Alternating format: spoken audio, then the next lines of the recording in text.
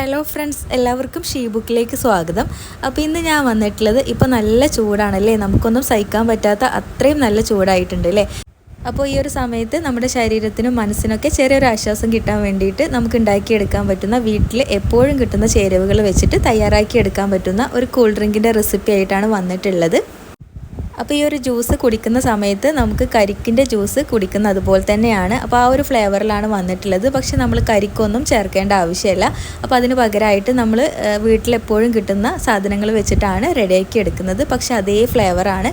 അപ്പോൾ നമുക്കിതെങ്ങനെയാണ് ഉണ്ടാക്കുന്നതെന്ന് നോക്കാം. അപ്പോൾ ഈ ഒരു ഡ്രിങ്ക് നമ്മൾ തേങ്ങ വെച്ചിട്ടാണ് കേട്ടോ റെഡിയാക്കി എടുക്കുന്നത്. ഞാനിവിടെ കുറച്ച് തേങ്ങ ചിരവി എടുത്തിട്ടുണ്ട്. 1/2 കപ്പ് തേങ്ങയാണ് എടുത്തിട്ടുള്ളത്. ഇത് മിക്സിയുടെ ജാറിലേക്ക് ഇട്ട് കൊടുക്കാം. ഇനി ഇതിലേക്ക് വേണ്ടത് കുറച്ച് കാഷ്യൂ നട്ട്സ് ആണ്, വെള്ളത്തിൽ കുതിർത്തി എടുത്തതാണ്. പിന്നെ ഒരു പ്രത്യേക ഫ്ലേവർ കിട്ടാൻ വേണ്ടിയിട്ട് ഒരു 3-4 ഏലക്ക ചേർത്ത് കൊടുക്കാം. ഇനി ഇതിലേക്ക് ആവശ്യത്തിനുള്ള പാൽ ഒഴിച്ചു കൊടുക്കാം. നല്ല തണുത്ത പാലാണ് കേട്ടോ ഒഴിച്ചു കൊടുത്തിട്ടുള്ളത്. പിന്നെ മധുരത്തിന് ആവശ്യമായിട്ടുള്ള പഞ്ചസാര കൂടി ചേർക്കണം. ലാസ്റ്റായിട്ട് നമ്മൾ ഇതുപോലെ ഐസ് ക്യൂബ്സ് കുറച്ച് ചേർത്ത് കൊടുക്കുക. പിന്നെ നല്ല തണുത്ത വെള്ളം കൂടി ഒഴിച്ചിട്ട് നന്നായിട്ട് അടിച്ചെടുക്കുക കേട്ടോ. ഇത്രയേ ഉള്ളൂ, നമ്മുടെ സിമ്പിൾ ജ്യൂസ് ഇവിടെ റെഡിയായി. അപ്പോൾ നമ്മളിത് അരിച്ചതിന് ശേഷമാണ് ഗ്ലാസ്സിലേക്ക് ഒഴിച്ചു കൊടുക്കുന്നത്.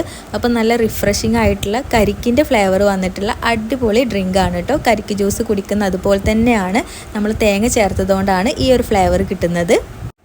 അപ്പോൾ ഈ ഒരു സമയത്ത് ഇതുപോലത്തെ ഡ്രിങ്കൊക്കെ കുടിക്കുകയാണെങ്കിൽ നമുക്ക് കുറച്ചുകൂടി റിഫ്രഷിംഗ് ആയിട്ട് തോന്നും കേട്ടോ. അപ്പോൾ നിങ്ങൾക്ക് ഇഷ്ടമായിട്ടുണ്ടെങ്കിൽ ട്രൈ ചെയ്ത് നോക്കൂ. പെട്ടെന്ന് ഉണ്ടാക്കിയെടുക്കാൻ പറ്റുന്ന സിമ്പിൾ ഡ്രിങ്കാണ്, എന്നാൽ അടിപൊളി ഫ്ലേവറും ആണ് കേട്ടോ. അപ്പോൾ നിങ്ങൾ ട്രൈ ചെയ്ത് നോക്കുക, എന്നിട്ട് ഫീഡ്ബാക്കൊക്കെ അറിയിക്കുക. അടുത്ത റെസിപ്പി ആയിട്ട് വരാം. അതുവരേക്കും താങ്ക് യു.